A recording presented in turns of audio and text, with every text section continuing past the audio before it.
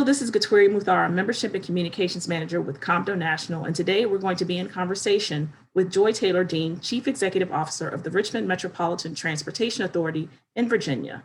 Known as the RMTA, the Richmond Metropolitan Transportation Authority is a sponsor and charter member of the COMTO Richmond chapter, which was launched in 2020. While Ms. Dean is new to COMTO, she's no stranger to transportation. Hello, Joy, how are you doing today? I'm doing well. Thank you for having me. Thank you for being our guest today on In Conversation with COMTO.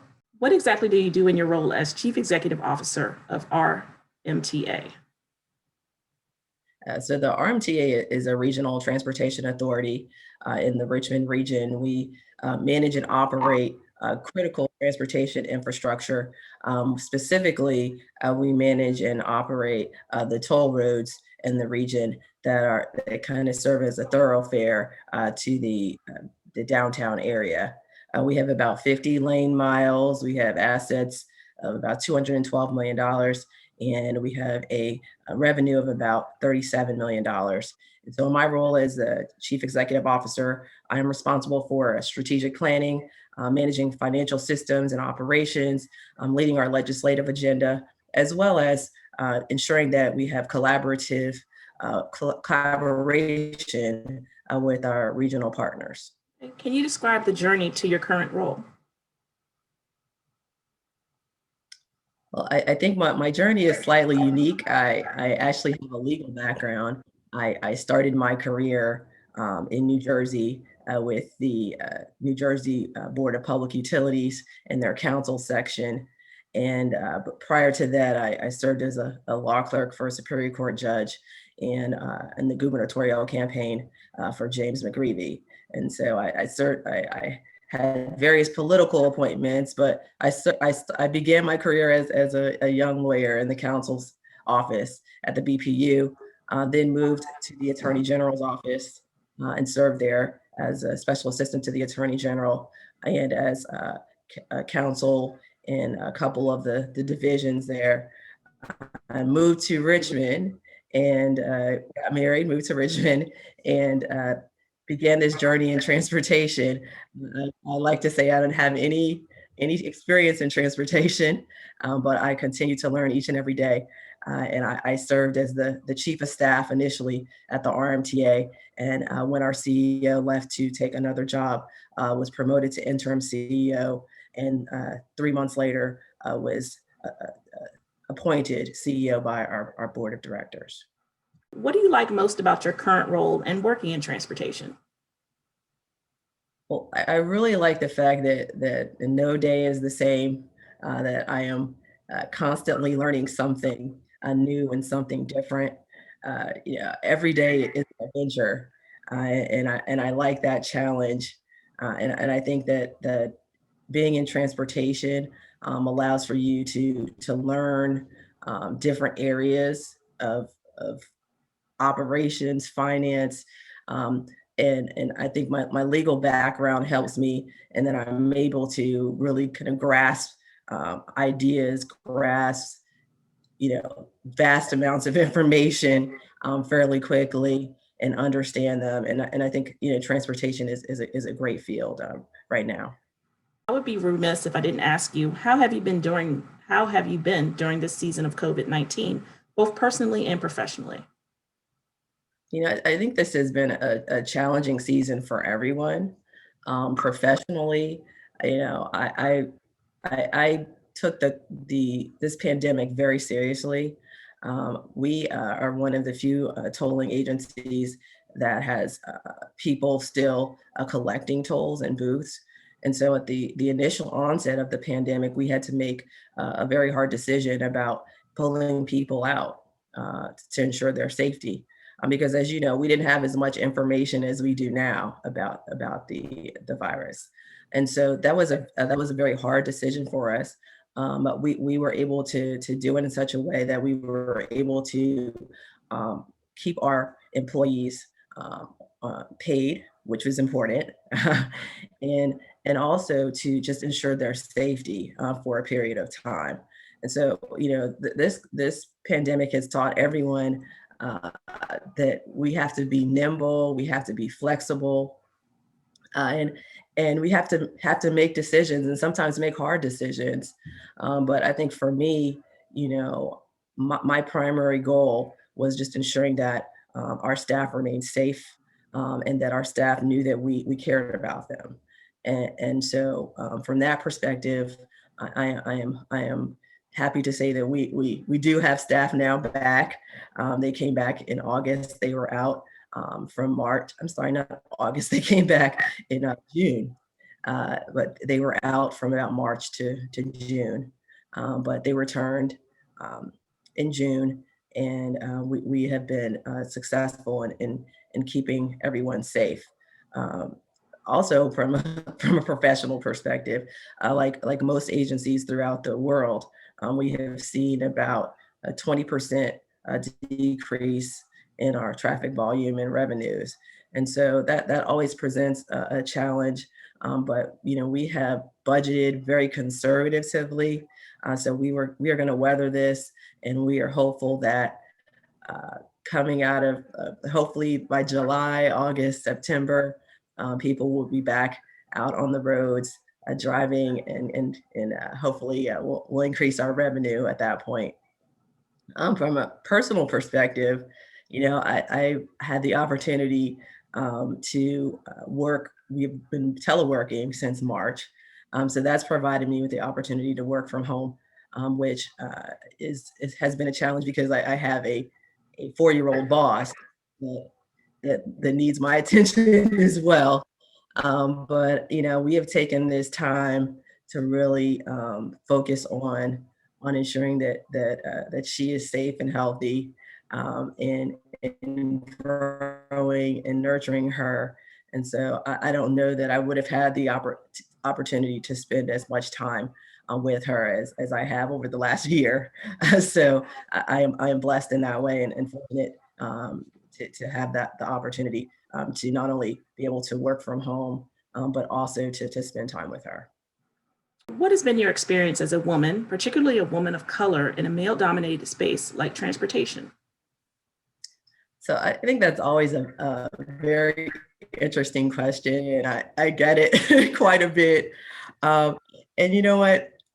I can't think of a time where, in my career where I have often been the only Black woman in the room. Uh, I was fortunate enough to work at the Attorney General's office, where my Attorney General was the first African American Attorney General, and so we were able to create a more diverse environment. But when I started at the Board of Public Utilities, I was the only Black woman in my section. I have been in many rooms where I'm the only Black woman. And so, we talk about 2020 at our office of being the year of being comfortable in the uncomfortable, right? And, you know, I have learned that, there's not a space that I'm uncomfortable in, because I had to adapt. And so, being a Black woman in transportation is no different than being a Black woman in utilities or being a Black woman in the law. And I think that, the one time that I did feel, did feel, I don't know if I felt disheartened, but I wasn't sure about how I felt, but was when I was offered the interim CEO position. And I recently just had a baby, and I think it was probably back maybe 3-4 months. And the vice chair of the board said to me, we'd like for you to do this interim CEO position, but we know you just had a baby. So, do you think that that's something that you'd be interested in? And I thought to myself, would you have asked a man that question? And and that's really the only time that as I can say as a woman that I have felt kind of taken aback. And I had to say to him, most certainly I'm more than qualified to take on this position. And you know, you don't have to worry about the fact that I just had a baby. everything will be just fine. And so, yeah, I am perfectly comfortable in the spaces that I am in. And I think that, most Black women will tell you that, we're not in these rooms by ourselves. We have people whose shoulders that we have stood on, and individuals who have poured into us that allow for us to walk confidently in these spaces, and be confident in who we are and what we know. And so, our male counterparts may not always be so happy about that, but that's just fine. We do okay. What has been the most valuable tool for you during your career journey? I think for me, it's been relationships. Uh, Relationships are everything. Uh, you know, Without the relationships that I've had, whether they were mentors, really just strong mentorship, and just individuals who were able to see in me something that I didn't necessarily see in myself at the time. I wouldn't be in the position that I'm in who I come in contact with, because I think that everyone is important, and the individuals who have mentored me have taught me that, because you never know who is watching you. You never know who can be in a position to speak on your behalf, and so you have to continue to build relationships with everyone. And so, relationships, I think, is key for me. Also, the acquisition of skills. you know there have been positions that I've been in that I didn't necessarily like, but I had to kind of hunker down and say to myself, okay, what skills am I learning that can be transferable to my next position, or will prepare me or catapult me to my next position. And so, in acquiring those skills, no one can take those skills away from you. So, you know, if you have somebody in your corner pushing for you and you have those skills, there's the opportunities are unlimited. What, in your opinion, constitutes a great leader? So leadership is something that I am really focused on and studying. For me, I think that there are a couple of areas that are important for good leadership. One is authenticity. Yeah, I think that you have to bring your entire authentic self to whatever environment you're in, whether it's work, home, community, and because people can see and they understand people who are authentic, right? And so I think that's important in a leader. I think leaders have to be courageous.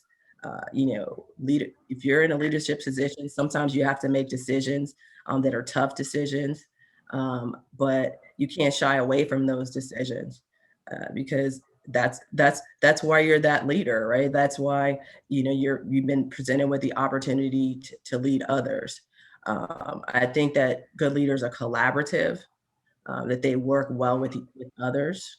And I think especially in this time of COVID-19, this pandemic, we are seeing that even more so than ever, leaders have to be nimble, they have to be flexible, they have to be agile, because from day to day things may change, and you have to be able to pivot in order to be successful.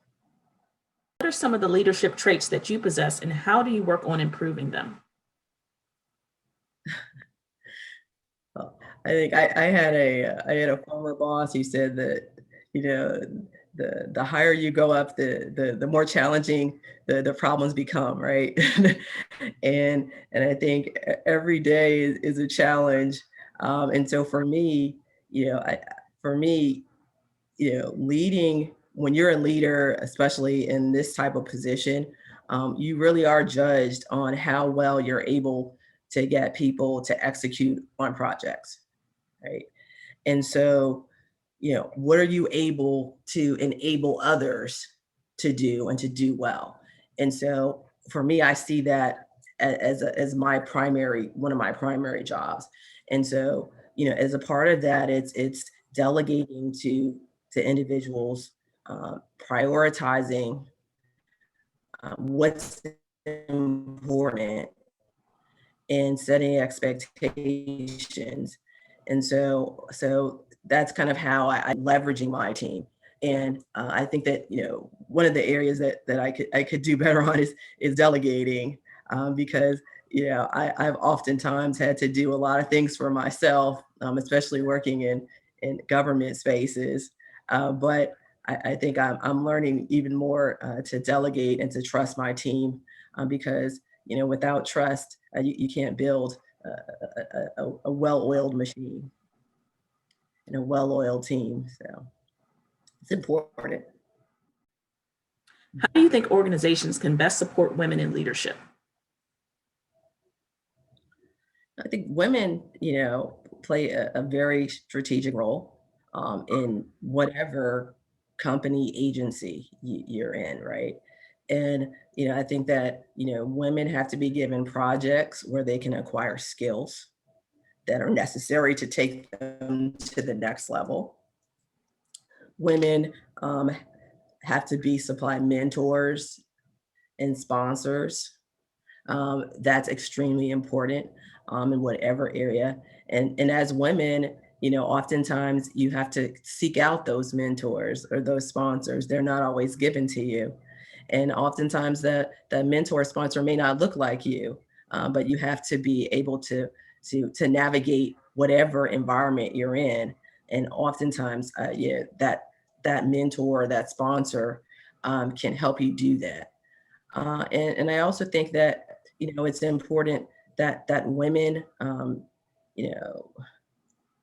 not only be given just the opportunity to acquire the skills and mentorship and sponsorship, but also be given the opportunity to shine, be allowed to be visible, get those projects they're going to give them visibility, because oftentimes people remember who they see. Oftentimes women are behind the scenes doing the work, but women need to be out front. When it comes time for the project to be presented, that woman who has been doing that work diligently and putting that project together, putting that PowerPoint together, should also be given the opportunity to present it as well. We're going to talk a little bit about your involvement with COMTO. Please describe how you've been active in COMTO and in your community at large. So we did not have a COMTO chapter here in Richmond, and so I have not had a great deal of activity with COMTO here in the Richmond region. Initially I joined COMTO as a general member.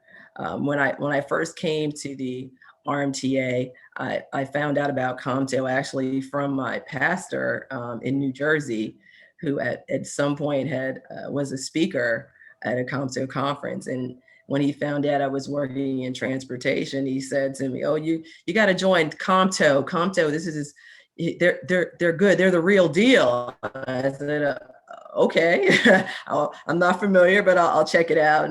And I'll tell you, I checked it out. I got on the website and everything, and I'll tell you, I went to my boss at the time and I said, we really should get involved in COMTO. And she was from DC, so she was familiar with COMTO. And she said, "Well, COMTO it's just transit." And I said, "Well, that's not what it says. That's not what it says on the internet. It says multimodal transportation." No, though, there's a transit focus. And so I didn't push back. I said, "Okay, well, I'll keep that in mind." And so I always had my eye on membership in COMTO. And so when I became the interim CEO, one of the first things I did was join COMTO. And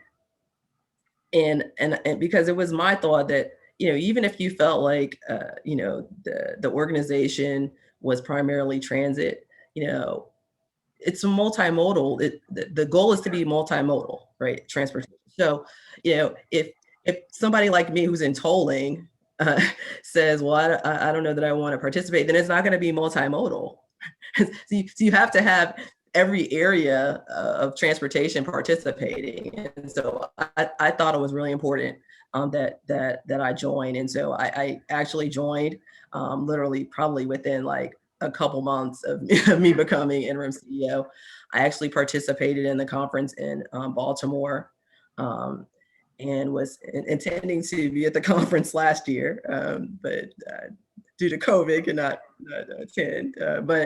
Um, and was also after that was reached out to by a couple of people about working to charter a chapter here in the Richmond area, and was a part of the team that worked towards that chartering, and also felt it wasn't important enough that the RMTA be one of the agency sponsors. And so, I am fully committed to COMTO and to supporting the mission of COMTO, and bringing the tolling tolling transportation area to COMTO, and sharing kind of what we do and how we can work towards diversifying tolling.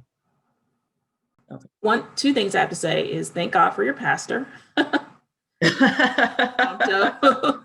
And two, side note, that COMTO does have an MOU with IBTTA, so we are definitely multimodal, and we're moving. That was me. Huh? That was me. I'm the co-chair of I'm on the IBTTA board of directors. And so I'm the co-chair of the diversity task force that they created. One of the things that I said to them initially was that we needed to put together an MOU with COMTO. And so I was happy to see that our CEO made that happen. So, yeah. Well, thank you. Thank you. I love to see how all the dots connect, So yeah, we were, it was interesting because, I guess COMTO has an MOU with WTS, right? Correct.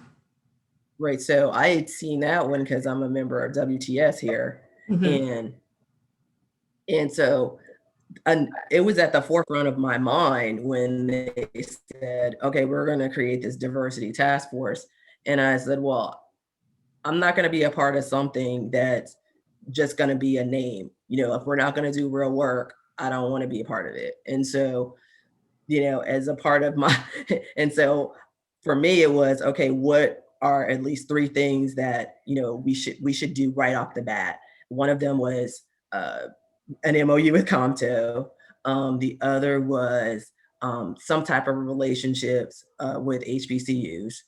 So we actually created an HBCU scholarship that as a part of our scholarship program. And what was the third thing? I can't remember the third thing.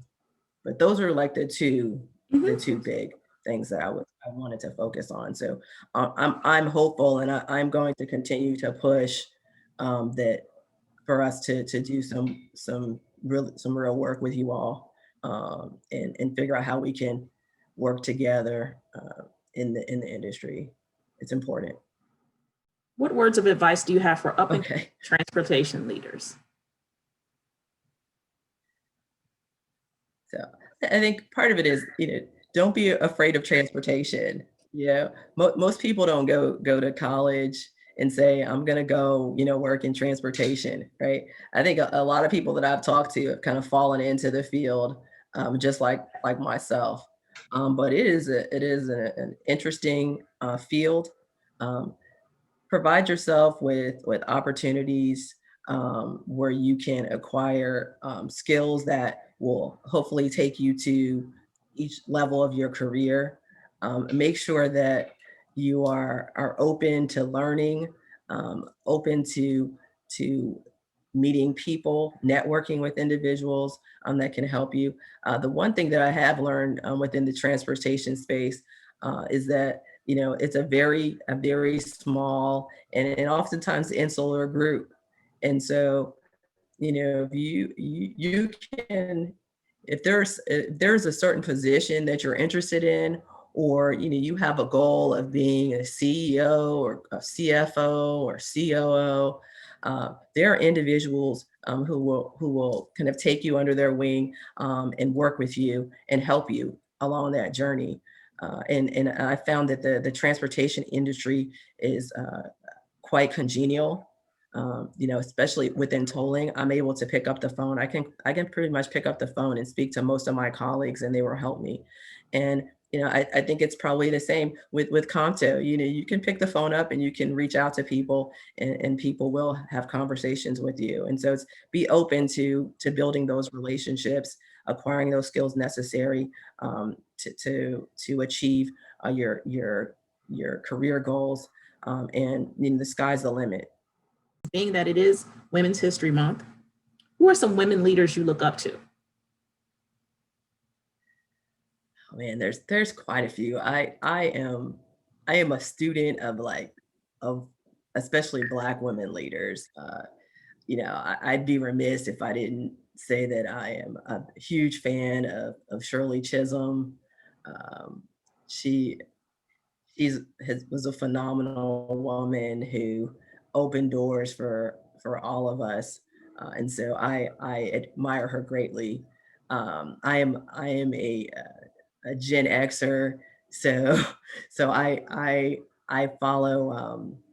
There are two individuals that are important to me. I follow Carla Harris, who is probably the highest ranking Black woman on Wall Street, and she has oftentimes given great pearls of wisdom with regard to leadership. I also am a big fan of the Sandra Duckett, who was just named CEO of TIAA, and I have great mentors. I tell my mentor Crystal Ashby, who was for many years an executive at BP. Uh, that she is someone who I look up to, and I have admired for a long time. And I have women who are within the tolling industry, who really kind of taken me under their wing, and Rosa Roundtree, Mary Jane O'Mara. These women were the first of everything in the toll industry, and so Rosa, in particular, the first African American woman to lead a transportation agency. And so, you know, it- these are people who I greatly admire and have really helped me a great deal. But as a Gen Xer, I also look at my peers. I mean, I have people who I went to college with who are doing phenomenal things. One of my classmates was just named the interim general counsel for Neiman Marcus. I have a friend who was an assistant comptroller in New York. And so these are people that I look up to and that, I learn from, because oftentimes, sometimes leadership, is just a matter of taking a step back and watching how people perform. It's not always what they say. It's their actions, and so that's really important to me. And so those are people those are just a few names of individuals that are I think are that I follow and that I admire greatly. All right, Joy. Well, it's been a pleasure speaking with you. I'm sure I've already heard a lot of gems that I could use in my own professional journey. So I'm sure our COMTO audience will find plenty of gems and knowledge that you dropped. So thank you once again. And I have to go back and kind of correct myself. You're not exactly a new member of COMTO. But once again, thank your pastor for letting you know about COMTO. And we look forward to having you at COMTO, continue having you at COMTO, as well as the RMTA. So with that, thank you. Thank you for having me, and I am a new active member, so that we'll say that. Okay. And we look forward to hearing more from the COMTO Richmond chapter. Okay, great. I'm looking forward to it.